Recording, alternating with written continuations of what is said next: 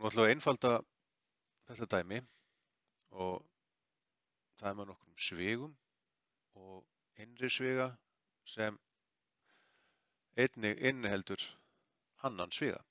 Og reglan er sú að við byrjum alltaf á innstu svigunum. Og í þessu dæmi þá getum við byrjað hér og getum líka tekið þetta í leiðinni. Við skulum gera það.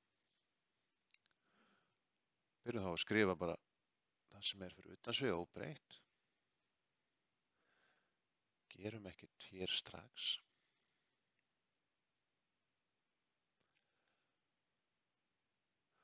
En nú erum við komin að sviganum sem við ætlum að vinna með og hafið í huga, hérna er mínus fyrir framan svigan sem breytir öllum formerkjum inn í honum. Þannig að mínus upsilonið sem er hérna inni, það verður þá plús upsilon og mínus x-ið sem er hérna verður þá plús x. Og þá erum við búin að taka þennan hérna út og getum þá lokað hér. Og nú skulum við fara hingað og það er mínus fyrir framan hana líka og mínus inn í sviganum, þannig að það verður plús.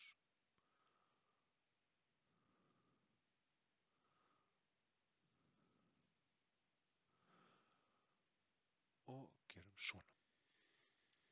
Og eftir stendur mínus 2 þarna fyrir utan, ekkert ágjör á því fyrir eftir. Og núna lítum við aftur á dæmið og sjáum að þetta er núna innsti sviginn. Við skulum þá byrja á að breyta honum. Epsilon.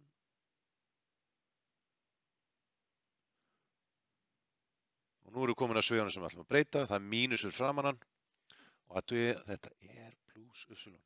Þannig að öll formerkin inn í þessum sviga breytast út af því að það er mínus hérna. Þannig að þetta verður mínus epsilon og aftur mínus epsilon og mínus x. Og nú erum við búin að vinna með þennan sviga. Skrifum hérna x sem er fyrir utan. Svona. Og lokum þá þessum sviga. En þá er mínus 2i hérna fyrir utan. Og núna lítur dæmið þannig út að það er eingöngu einn svigi. Þá skulum við bara henda okkur í að fella hann út. Það er upsilon fyrir utan. Þetta verður þá, muni, þetta er plús x hérna. Það verður þá mínus x. Þetta verður plús epsilon og aftur kemur plús epsilon. Næst fáum við þá plús x og svo mínus x. Þið sjáum að öll formyrkin hafa breyst.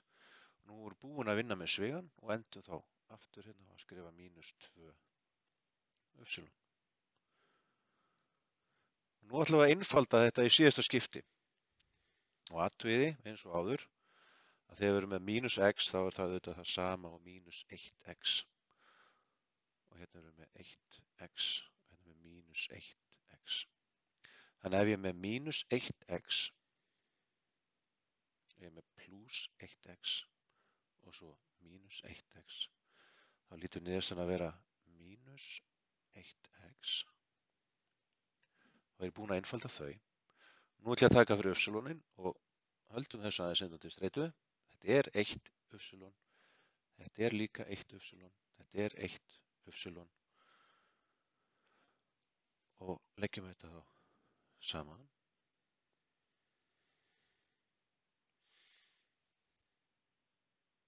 Svona, þannig með 1, 2, 3 upsilon í plús mínus 2 upsilon, það lítur að gefa mér plús 1 upsilon. Meira getum við ekki einfaldað og þá er þetta loka svar.